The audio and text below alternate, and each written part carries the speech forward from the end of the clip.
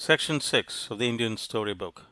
Story 1, Rama's Quest, Parts 11 and 12. Part 11. Suddenly the giant flung up his arms. He yawned, and it seemed as if the roof would be rent with the sound. Then, to the accompaniment of a mighty sigh, he opened his eyes and lay staring in stupid amazement, while the singing maidens vanished like a dream. Kumbhakarna sat upright. "Why have you disturbed me?"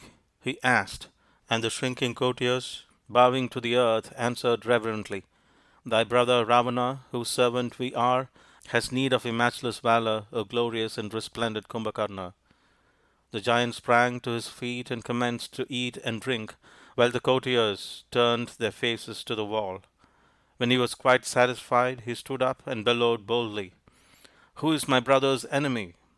An army of monkeys led by Prince Rama has already defeated him more than once.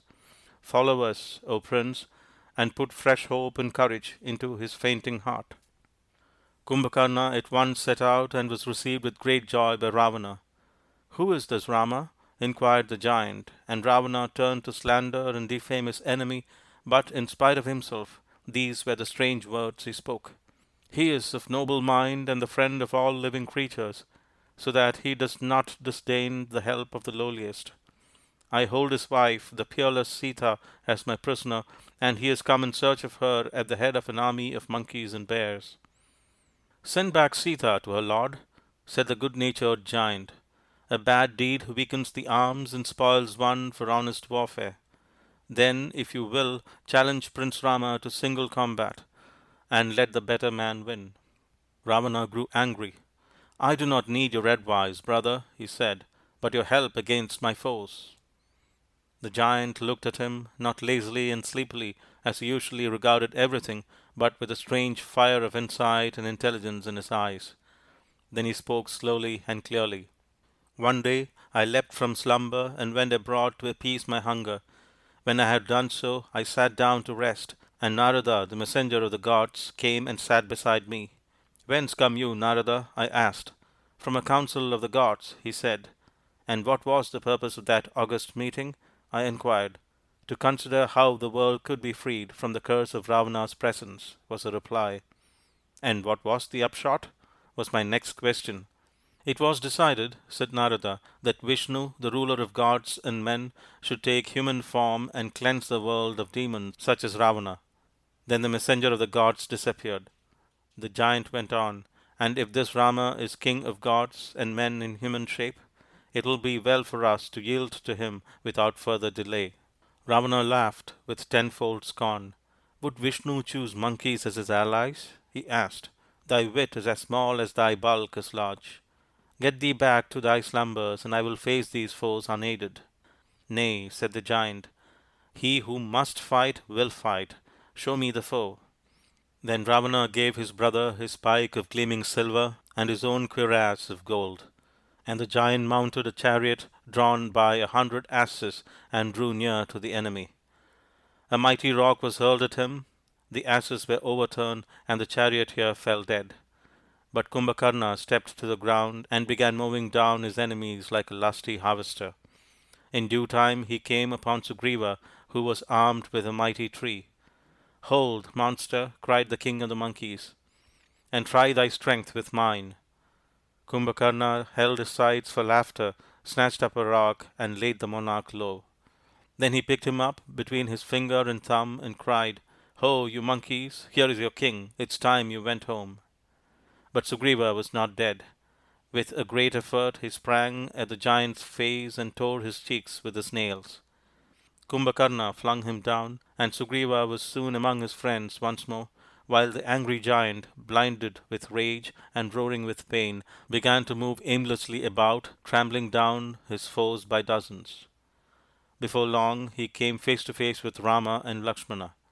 An arrow from the bow of the peerless prince pierced the giant's mighty arm.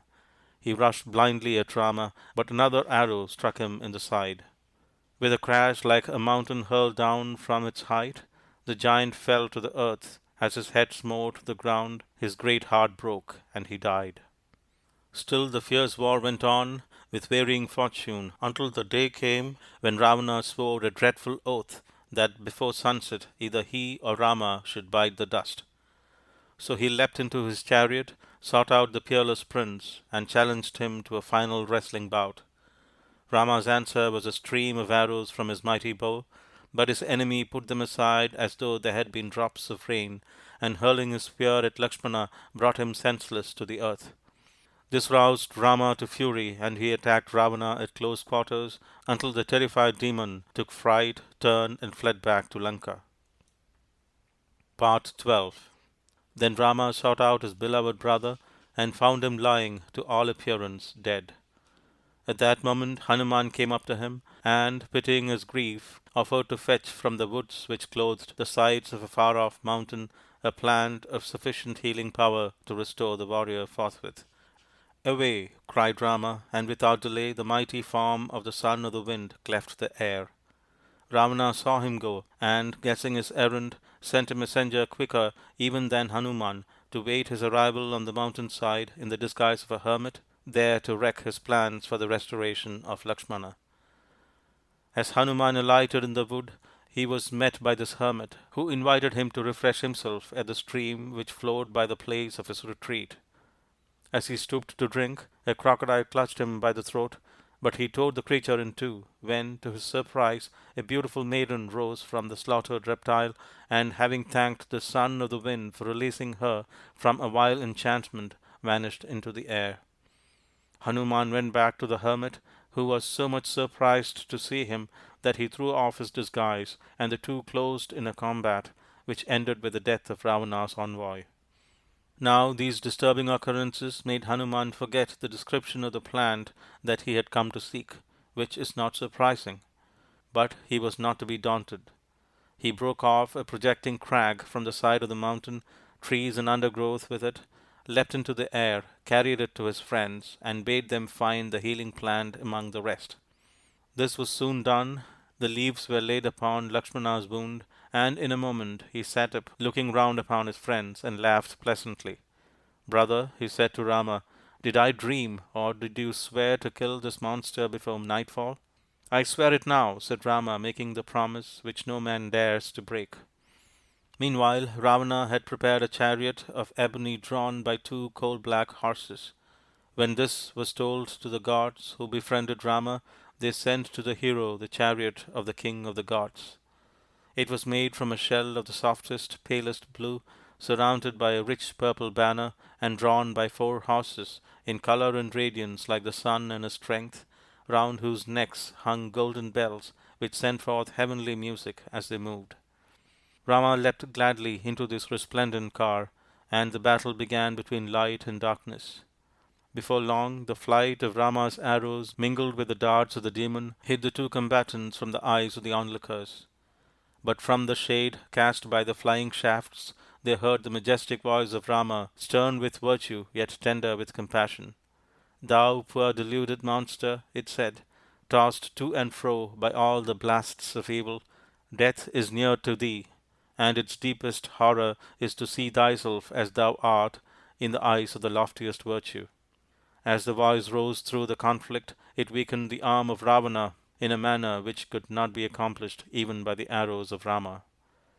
"Thine hour is come," cried his calm and terrible foe, sending a shaft which tore off one of the demon's head.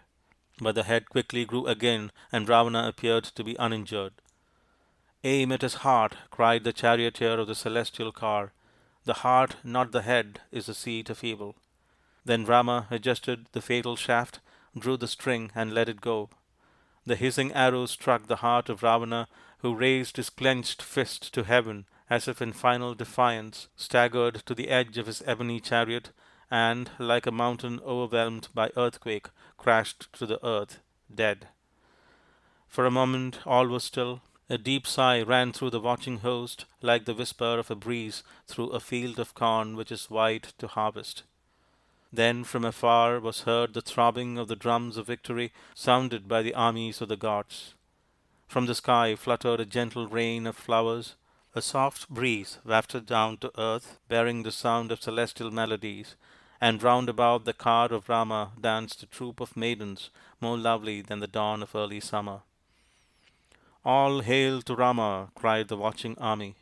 "The power of evil is conquered by the Friend of living creatures, and the reign of justice has begun."